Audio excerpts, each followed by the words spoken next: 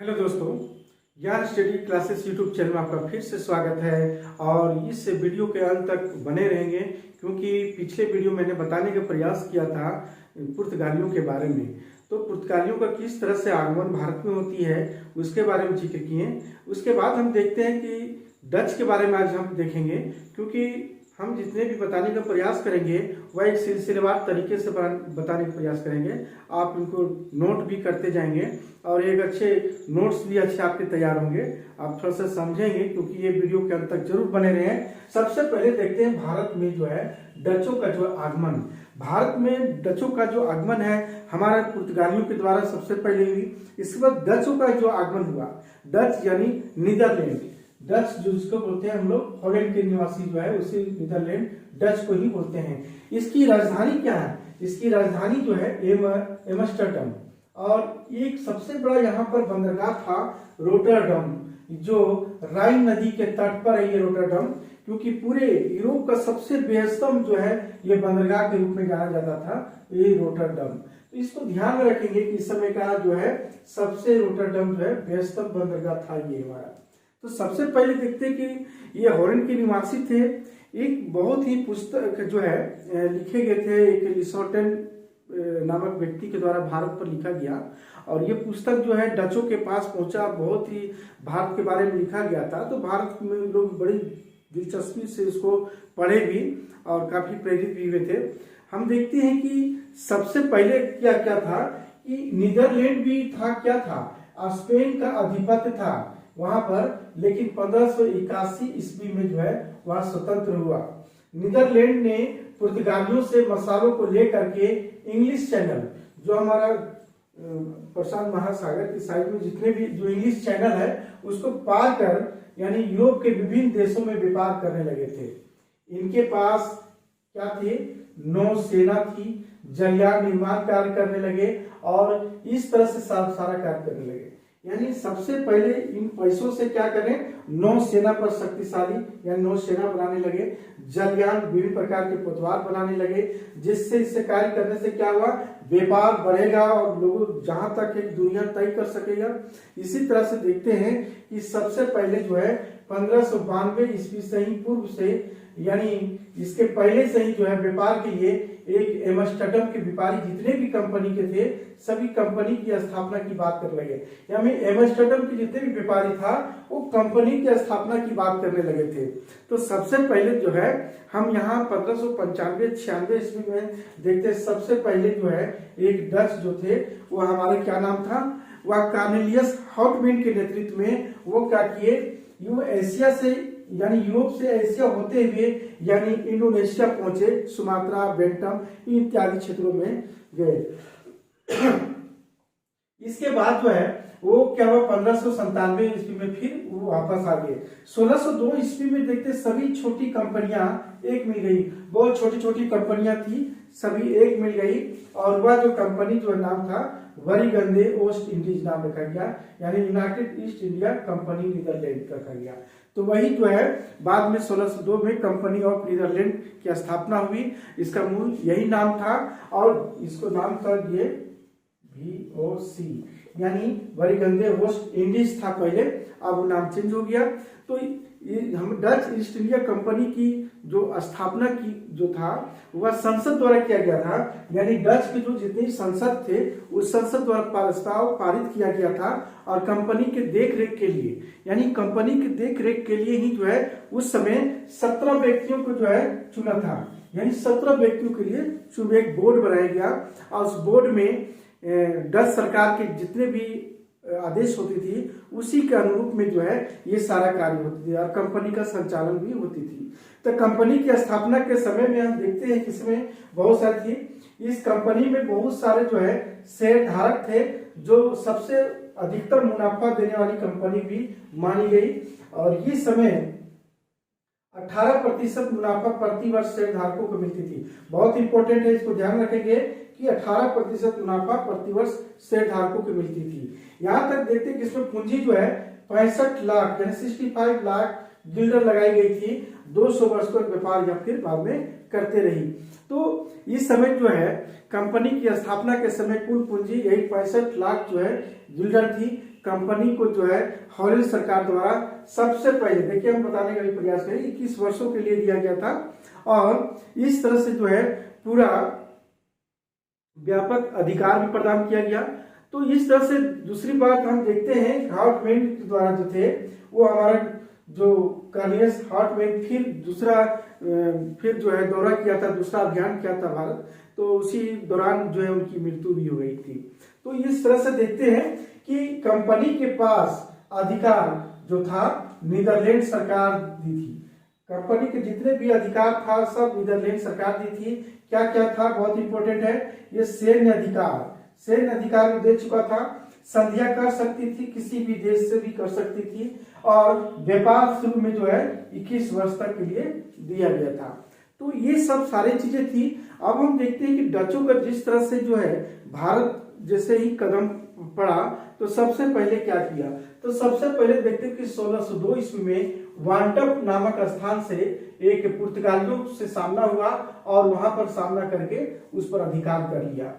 तो 1602 ईस्वी में 1605 ईस्वी में क्या हुआ, मछलीपट्टनम जो आंध्र प्रदेश का क्षेत्र है वहां पर एक कोठी बनाई जो वहां से नील का व्यापार करना प्रारंभ कर दिया था इन लोगों ने। इसी तरह 1605 ईस्वी में एक जो है अमियोना द्वीप जो है इंडोनेशिया, वहां पर अधिकार किया। भारत के जो सबसे दक्षिण पूर्व एशिया है वो इंडोनेशिया में जो है वो अमियोना द्वीप के ऊपर अधिकार कर लिया। इसी तरह जो है तो 1613 ईस्वी में जकार्ता द्वीप यानी पुर्तगालियों से जीत लिया और वहां पर बेटिविया शहर की स्थापना की और यहीं से भारत के व्यापार को नियंत्रित करने लगे। यानी 1613 ईस्वी में जकार्ता द्वीप से ही जो है वहां एक बेटिविया शहर की स्थापना करके और वहीं से भारत से व्यापार करने के लिए जो है पूरी तरह से नियंत्रण करना शुरू कर दिया। तो इसके बाद हम देखते हैं कि इस समय 1610 ईस्वी, इसके बाद देखते हैं कि 1605 ईस्वी में सबसे पहले देखते हैं मछलीपट्टनम में भी जो है स्थापना करते हैं। मछलीपट्टनम में पहली डच फैक्ट्री की स्थापना की गई थी। वहां 1610 में एक जो है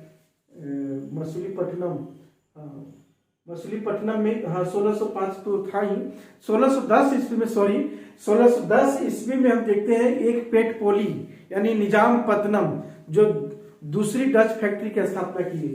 यहाँ पर जो सूरत में ही पहली जो है ये मछलीपट्टनम में पहला जो ये कोठी बनाया था, पहला जो केंद्र था ये सबसे पहला था। दूसरा जो बनाया था वहीं पर जो है पेटीपोली यानी निजामपट्टनम डचों की दूसरी फैक्ट्री की स्थापना किया गया था यहाँ पर। लेकिन कुछ जो है स्थानीय वहाँ के जितने भी थे गवर्नर था उनका व्यवहार डचों के साथ अच्छा से नहीं हो पाया था, तो तुरंत ही डचों ने जो है क्या किया, तेगापत्तनम या देवपत्तनम भी कहा जाता है, तेगापत्तनम या देवपत्तनम में एक फैक्ट्री की स्थापना किया। फिर बाद में जो है अंग्रेज जब अपने अधिकार क्षेत्र में ले लिए, अंग्रेजों के जब अधिकार क्षेत्र बाद में हुए तो इसी तेगापत्तनम का नाम सेंट फोर्ट डेविड किला भी हो गया नाम। इसी तरह देखते हैं कि 1610 ईस्वी में हम देखते हैं डचों ने भी जो है चंद्रगिरी के राजा से भी एक समझौता किया जो पुलिकट में एक अन्य फैक्ट्री की स्थापना की। उसके अलावा वहीं पर स्थापना किया। साथ ही हम देखते हैं कि वहां पर क्या करते हैं कि पुर्तगालियों ने इसका विरोध करते हुए पुर्तगालियों ने इसका विरोध किया और सॉन थोमे ने अपने अड्डे पर उनके 1612 ईस्वी में पुलिकट पर आक्रमण कर दिया। फलस्वरूप यही वो परिणाम स्वरूप कि पूरा जो डच फैक्ट्री नष्ट हो गई और वहां पर नए किले का जो है निर्माण किया जाने लगा। तो इस तरह से एक नए किले को जो है कोरोमंडल तटवर्ती प्रदेशों में स्थित जो है एक डच जो है फैक्ट्री के जो डायरेक्टर थे जनरल बेरचिम कहा जाता है, उनका गृह प्रांत का नाम था फोर्ट गैलरिया। उन्हीं के नाम पर जो है फोर्ट गैलरिया नाम दिया गया। अब पुलिकट में डच अपने स्वर्ण सिक्के भी डालते थे। यही 1610 ईस्वी में पुलिकट पर अधिकार कायम किया और यहीं से जो है बहुत सारा कार्य करने लगे इन लोगों ने। इन लोगों के द्वारा देखते हैं पुलिकट में यहाँ से वस्त्रों का व्यापार करते थे और यहाँ से क्या करते थे, कारखाना, बारूद, टकसाल बनाने लगे और मुख्यालय भी बना लिया। इसे पुलिकट को पूरी तरह से मुख्यालय बनाया गया। यहाँ पर एक बहुत इंपॉर्टेंट है, पगोड़ा एक स्वर्ण सिक्का भी के नाम से जाना जाता था, जो स्वर्ण सिक्का बनाने लगे थे काफी। यही है गेवरिया किला, पुलिकट में ही एक बनाया गया है। गेवरिया किला किसके द्वारा बनाया गया? डचों के द्वारा बनाई गई है, बहुत ही इंपॉर्टेंट है। तो सबसे पहले यहाँ पर जो है इस जगह में सूरत में भी डच फैक्ट्री भी स्थापना भी की गई 1616 में, शायद नहीं लिखे है, 1616 में जो है सूरत में भी जो है फैक्ट्री खोली गई। और इस तरह से देखते हैं कि 1617 में एक डच जो अधिकारी है वान एस्टेन को जो है सूरत जो है व्यापार, सूरत में व्यापार करने के लिए जो है वहाँ प्रभारी बनाए। डच में यहाँ पर किसे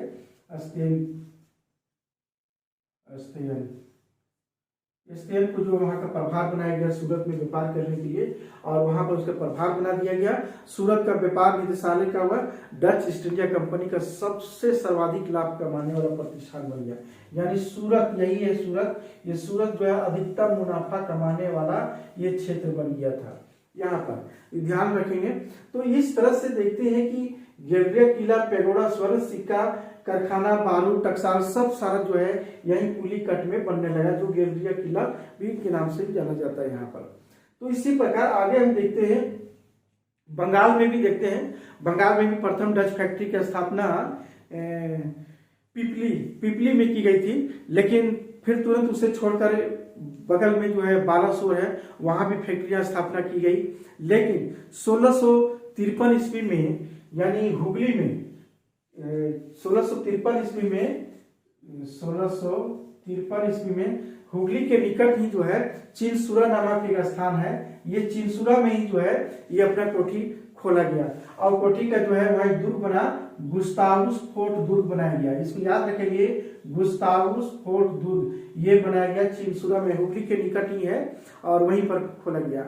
जब यहाँ पर उनका डचों का यहाँ पर पूरा पैर जम गया और वहां अच्छा से व्यापार सब कुछ हो गया, तो बालासोर जब था वहां पर फैक्ट्री खोला था, वहां उस पर ध्यान नहीं दिया, और चिनसुरा में जो है इसी में जो है गुस्तावुस फोर्ट दुर्ग जो है बनाया, और इस तरह से आगे बढ़ते गया। इसी तरह हम देखते हैं जब हम ये बंगाल से डच क्या करते थे, बंगाल से जो है डच जो मुख्य रूप से क्या करते थे, ये व्यापार के सिलसिले में क्या करते थे, बंगाल से मुख्य रूप से निर्यात क्या करते थे, सूती वस्त्र, याद रखेंगे, रेशम, सोरा, अफीम, ये सब का जो है व्यापार करते थे। भारत से, याद रखेंगे, भारत से भारतीय वस्त्र को प्रमुख निर्यात की वस्तु बनाने का श्रेय किसे जाता है? डचों को ही जाता है। याद रखेंगे, भारत से भारतीय वस्त्र को प्रमुख निर्यात की वस्तु बनाने का श्रेय डचों को ही श्रेय जाता है, और इसी तरह जो है आगे बढ़ते जाता है। इस तरह से हम यहाँ देखते हैं एक मछलीपट्टनम में जो हम बताए हैं, यहाँ पर मछलीपट्टनम में भी नील का व्यापार काफी जो है व्यापार अच्छा होती थी यहाँ पर। तो इसी प्रकार हम देखते हैं बंगाल से जो है 1641 आगे देखते हैं, देखिए नोट करते रहेंगे क्योंकि ये सिलसिलेवार तरीके से है। 1641 में मलक्का पर अधिकार किया, 1658 ईस्वी में सिलोन यानी श्रीलंका पर अधिकार किया, 1658 में ही जो है कोरोमंडल तट पर एक नागापट्टनम को भी जीत लिया था। और इस तरह से 1663 ईस्वी में इन्होंने मालाबारी तट पर सभी पुर्तगाली दुर्ग को जीत लिया। जितने भी पुर्तगालियों का दुर्ग था सभी दुर्गों का इन लोगों के द्वारा जीत लिया गया। इस तरह से कहा जाता है कि 1750 ईस्वी तक आते आते 39% व्यापार में अंग्रेजों से भी आगे था, यानी 1750 ईस्वी के तक अंग्रेजों से भी जो है आगे था व्यापार में। इस प्रकार एक सबसे बड़ी घटना देखते हैं कि 1623 ईस्वी में जो अम्योना जो द्वीप है, अम्योना द्वीप पर जो है ये डचों द्वारा जो 10 अंग्रेज और 9 जापानियों को हत्या कर दिया था। अंग्रेजों और डचों के प्रति क्या करते बहुत घृणा की दृष्टि से भी देखा जाने लगा डचों को। डच के क्या था, व्यापारिक उद्देश्य क्या था, यानी डचों का व्यापारिक उद्देश्य से प्रेरित होकर ही भारत आए थे और बाकी दूसरा नहीं था। डच व्यापारिक व्यवस्था जो था वह सहकारिता पर आधारित था। सहकारिता यानी समान उद्देश्य की पूर्ति के लिए अनेक व्यक्तियों या संस्थाओं को सम्मिलित संस्था को सहकारिता कहते हैं। यानी एक ऐसा साधन, ऐसा प्रारूप हो जो पारस्परिक सहायता पर आधारित हो, जैसे बैंकिंग संस्थाओं जैसे होती है वैसा ही जो है पारस्परिक सहायता पर आधारित ही यानी सहकारिता। इसे कार्टर पद्धति के नाम से पर आधारित था, यानी कार्टर पद्धति के नाम से भी जाना जाता है। डचों का जो अंतिम रूप से देखते हैं कि 1759 ईस्वी में, यानी 1759 ईस्वी में एक बेदरा का युद्ध होती है अंग्रेजों और डचों के द्वारा। यहाँ पर जो है काफी जो है ये जो युद्ध होती है बेदरा का युद्ध, वह जो है नौसेना की श्रेष्ठता सिद्ध होती है और अंग्रेजों की सिद्ध होती है श्रेष्ठता, क्योंकि नौसेना में सबसे आगे निकल जाती है और इसी में डचों की हार हो जाती है। और अंतिम रूप से डचों का जो है 1795 ईस्वी में अंग्रेजों ने जो डचों का अंतिम रूप से निष्कासित कर दिया जाता है। तो इस तरह से देखते हैं कि डचों का भी जो है भारत से भी सफाया हो जाती है। तो इस तरह से असफलता का मुख्य कारण क्या हो सकता है कि जितने भी कंपनी था इसका सीधा सरकारी नियंत्रण में हो गया था, इसीलिए जो कहता था वही बात मानता था। अयोग्य और भ्रष्टाचार अधिकारी भी बन गए थे। डचों की तुलना में अंग्रेजों की नौसेना सबसे अधिक हो गई थी, यानी सबसे अधिक हो गई थी। तो ये सब बहुत सारी सी कारण थी जो असफल हुए। और इस तरह से अब आज हम देखें डच के बारे में। अगला हम जो बताने का प्रयास करेंगे ईस्ट इंडिया कंपनी, अंग्रेजों का भारत आगमन, इस पर हम चर्चा करेंगे।